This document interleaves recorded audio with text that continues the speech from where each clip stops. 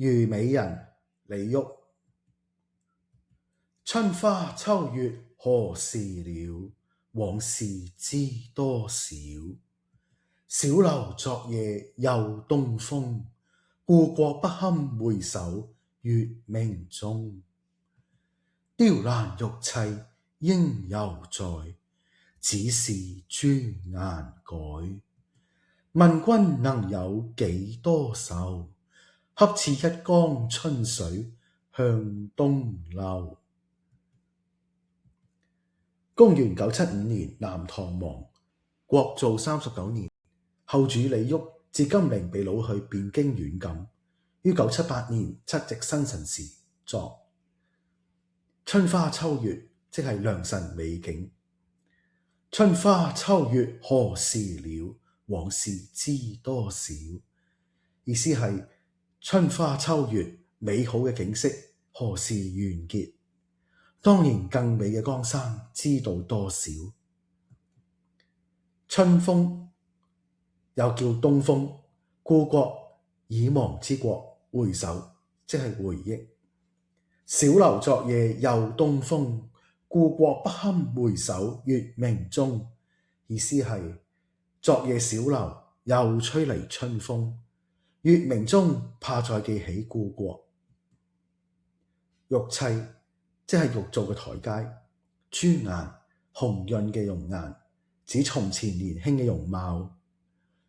雕欄玉砌應猶在，只是朱顏改。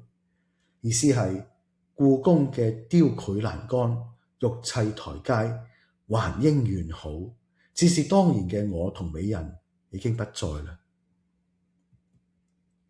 君係指後主，春水係春信東流不絕嘅意思。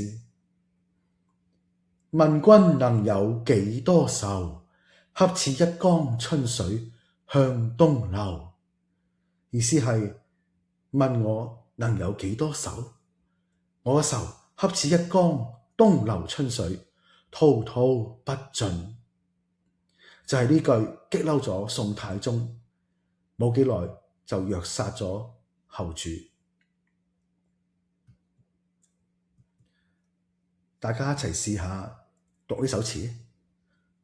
春花秋月何時了？往事知多少。小樓昨夜又東風，故國不堪回首月明中。雕欄玉砌應猶在，只是朱顏改。問君能有幾多愁？恰似一江春水向東流。大家試下背。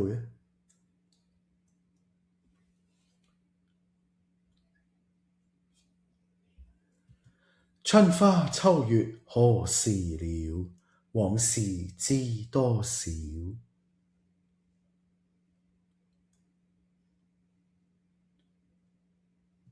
小樓昨夜又東風，故國不堪回首月明中。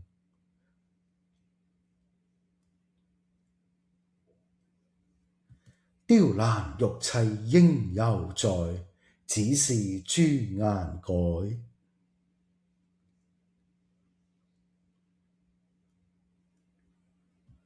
問君能有幾多愁？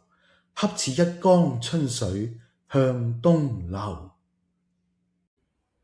童學庸話，宋太祖征服南唐後嘆謂，李煜若以作詩詞功夫治國家，豈為吾所呼也。多謝收睇。